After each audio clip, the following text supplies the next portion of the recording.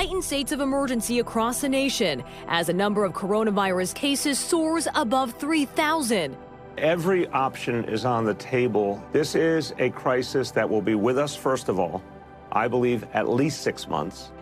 When everything went chaos and we are now trying to figure out what we're doing and products not coming in, COVID was starting to hit Tennessee.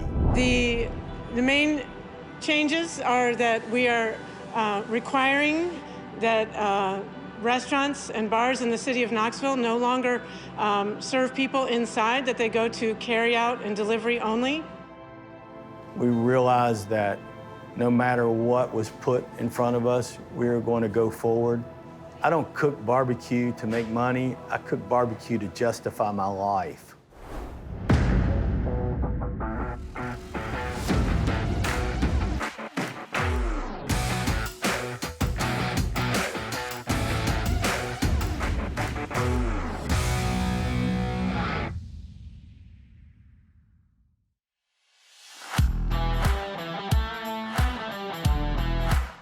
The food here is excellent. Of course, all your favorites like brisket and chicken, and I really like the tailgate nachos.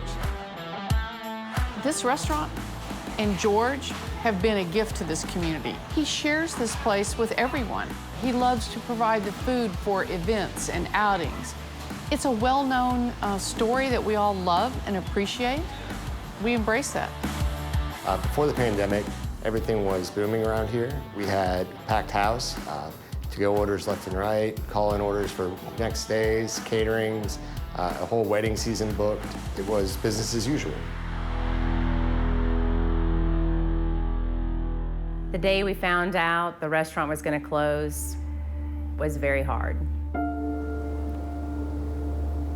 It was a huge shock. We pretty much, I think it was around 3 o'clock, maybe earlier, and they said, you know, everyone has to be out. You can't do any more in-house dining. You know, you have the option to be terminated with the understanding your job would still be here.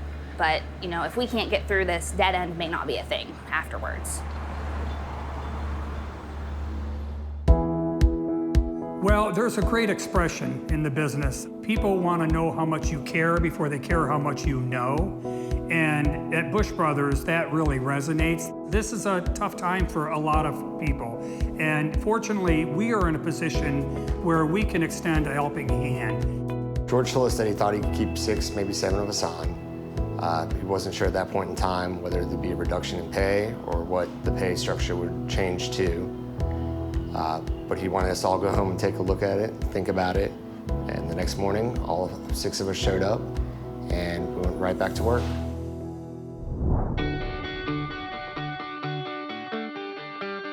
And we started having success, and Stacy went in and started pushing social media.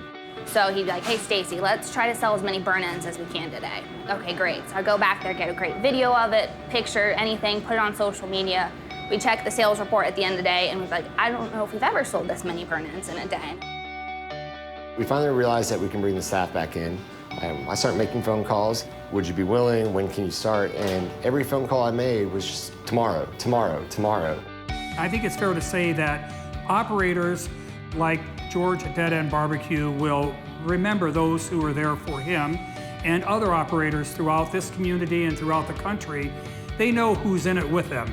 It's not the ends that matter most, it's really the means to the ends that matters most.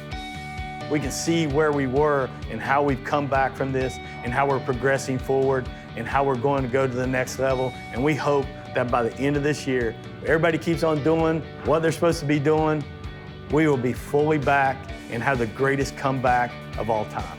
You know, I'm a dumb kid from West Virginia that was raised in a lower, economic situation, and it is just the greatest feeling I've ever had in my life. I mean, it's all about having respect, helping our neighbors out, and being good people.